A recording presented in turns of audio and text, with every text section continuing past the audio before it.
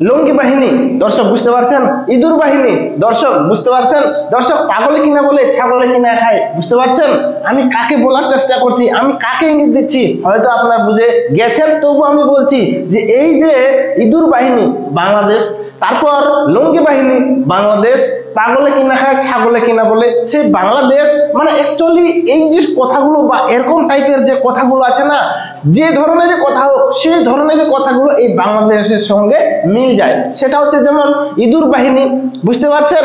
মানে ইঁদুর বাহিনী কি করে আসে তারপর আবার ঘুরে চলে যায়। লঙ্গি বাহিনী লঙ্গি পরে আসে আবার লঙ্গি খুলে চলে যায়। ঠিক একই ভাবে আপনারা এই সুখদেবপুর যে ঘটনাটা ঘটেছিল আপনারা হয়তো দেখেছেন, মিডিয়াতে নিউজ চ্যানেলে দেখেছেন।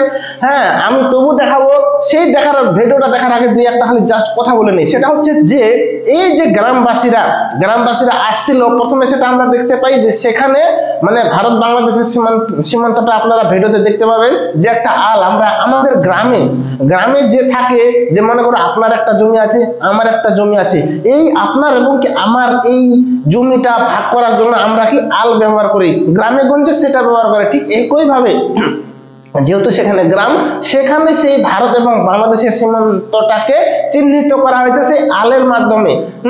আর সেটাই হচ্ছে একটা সমস্যা। বাংলাদেশবাসী যখন তখন, ভারতের তো সেরকম প্রয়োজন হয় না, কারণ ভারত একটা বিশাল বড় দেশ, সবকিছু ভারতের মধ্যেই হয়, পড়াশোনা চিকিৎসা নানা রকম জিনিস ভারতের মধ্যেই হয়, ফলে ভারতবাসীকে যেতে হয় না বাংলাদেশের ভিতরে। কিন্তু বাংলাদেশ একটা খুব ছোট একটা দেশ এবং কি খুব অভাব, চিকিৎসার অভাব, ডাক্তারের অভাব, খাওয়া দাওয়ার অভাব, নানা রকম সমস্যা, ফলে বাংলাদেশবাসীকে ভারতে আসতে হয়, মাঝে মধ্যে আসতে হয়। ঠিক একই ভাবে সেখানে একটা আল পার হয়ে মানে বাংলাদেশবাসীরা আসছিল। তবে সেই ভিডিওটা দেখে আমার এত ক্রোধিত হয়েছিল, মানে আমার মনটা এত ক্রোধিত হয়েছিল, মানে কি বলবার। দর্শক তো ভিডিওটা দেখাচ্ছি, আগে ভিডিও দেখুন।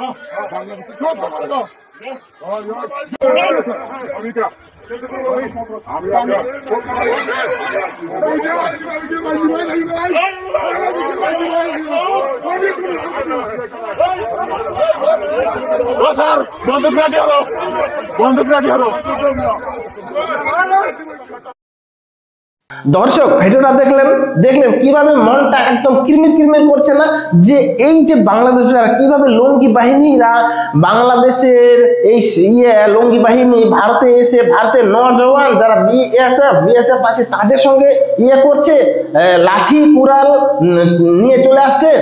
আমাদের বিএসএফ এর হাতে আছে বন্দুক, বড় বন্দুক, আর তারা নিয়ে আছে লাঠি কোরাল কোদাল ইত্যাদি। তো পারতে হবে একটা বন্দুকের সঙ্গে, বন্দুক কত দূর থেকে শুট করে দিতে পারবে, বন্দুক একটা কত দূর থেকে একটা লোককে মারতে পারে, মৃত্যুর মুখে ঠেলে দিতে পারে। আর যে লাঠিগুলো নিয়ে আসছে, কুড়োল নিয়ে আসছে, সেগুলো কি ধারে কাছে যেতে হবে, একদম কাছাকাছি যেতে হবে, তবে আক্রমণ করতে পারবে, তার আগে কিন্তু পারবে না। আর এই যে বন্দুকগুলো আছে কয়েকশো মিটার থেকে ফায়ার করে একজন মানুষকে মৃত্যুর মুখে ঠেলে দিতে পারবে বা মৃত্যু করে দিতে পারে, মারতে পারে। ফলে এগুলার কাছে কি পাত্তা পায়? এ লঙ্গি বাহিনী কি জানে যে কোনটার শক্তি বেশি, কোনটার শক্তি কম? আচ্ছা আমি ছেড়ে দিলাম, এই যে লঙ্গি বাহিনীগুলো সেই বিএসএফ এর কাছে গিয়ে রীতিমতো বন্দুক কেড়ে নেওয়ার চেষ্টা করে, এটাই কি কোন একটা বন্দুক কেড়ে নেওয়ার চেষ্টা করে? এবং কি আমি যদি সেখানে থাকতাম, এবং কি আমি আরেকটা কথা বলে দিচ্ছি, সেখানকার বিএসএফ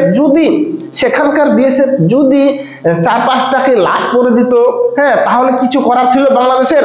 কারণ ওরা লিখে দিত যে অবৈধভাবে ভারতে লুকিচুপি ভাবে ভারতে প্রবেশ করার চেষ্টা করছিল, তার জন্য বিএসএফ শুট করেছে এবং কি মারা গেছে।